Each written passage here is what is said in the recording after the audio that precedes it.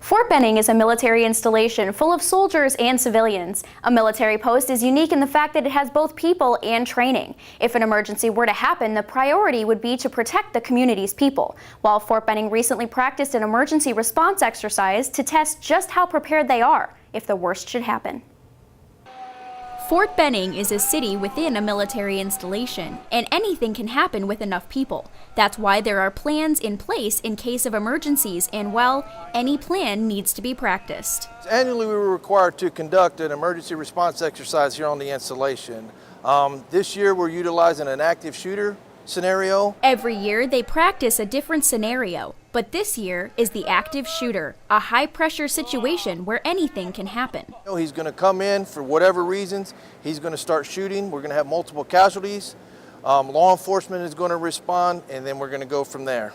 The active shooter scenario was chosen this year, but there are other scenarios they can train for, terrorism and natural disasters, but there is a reason they chose this scenario. Well, active shooter is something that happens, as you've known in the media, it happens very, very seldom here in the United States and abroad. This is something that is very true and dear to our heart here on the installation because soldiers are our most vital asset.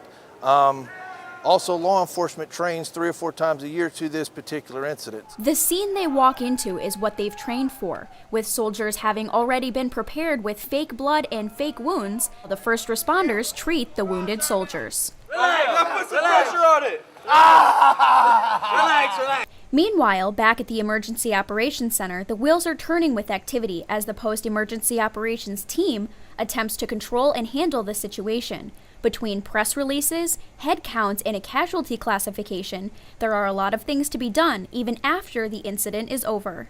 And the scene is secure.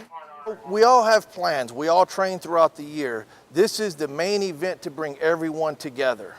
And what this is, it's not just the incident, but we also have an emergency operations center that's been activated. We also have the EOC at the hospital, and the mass casualty event plan is going to be activated. So we're testing plans throughout the installation. Fort Benning's emergency response exercise went off without a hitch. Between emergency responders and the Emergency Operations Center planning and executing, it's safe to say the post is ready if the worst should happen.